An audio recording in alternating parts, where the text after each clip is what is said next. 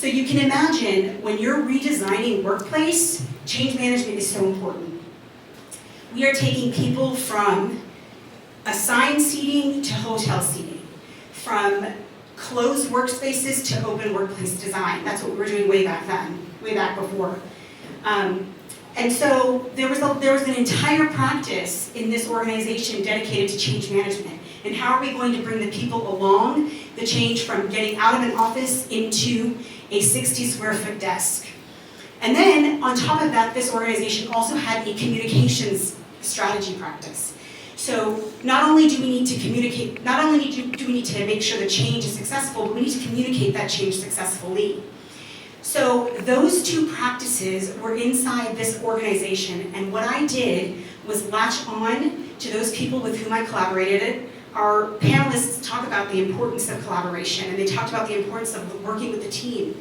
And so that's what I did in this role. I started to roll my sleeves up to understand what workplace strategy was. I rolled my sleeves up to understand what my role was in the organization. But I also realized that there was IO already in the organization, and I just needed to go find them.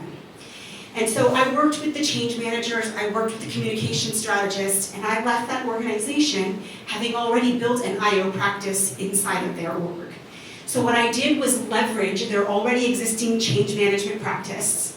I leveraged their communication strategy program, their knowledge of culture, right? Because when you're changing a workplace, the culture is so important.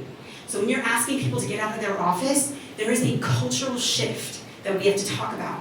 And so I leveraged those three things, and I started to add to that leadership spectrum. What type of leader are you? How do you define the type of leader that you are? And how do you build your teams? And how do you leverage team dynamics? And so out of that became an IO practice inside the organization I was working in at the time. So I want to, again, nod back to Alex. IO is everywhere, and it's just our jobs to find it. And so that was my role first as an external consultant. And then I moved into internal consulting.